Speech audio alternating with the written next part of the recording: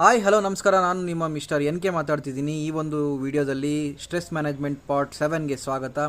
ಇದರಲ್ಲಿ ಮೊದಲನೇದಾಗಿ ಸಮಾಜ ಸೇವೆ, ಸ್ವಯಂ ಸೇವೆ ಮಾಡೋದ್ರ ಮುಖಾಂತರ ನಾವು ನಮ್ಮ ಸ್ಟ್ರೆಸ್ನ ಮ್ಯಾನೇಜ್ ಮಾಡ್ಬೋದು. ಪರಿಸರ ಸ್ನೇಹಿ ಕೆಲಸಗಳನ್ನು ಅಭ್ಯಾಸ ಮಾಡೋದ್ರ ಮುಖಾಂತರ ನಮ್ಮ ಸ್ಟ್ರೆಸ್ನ ಮ್ಯಾನೇಜ್ ಮಾಡ್ಬೋದು.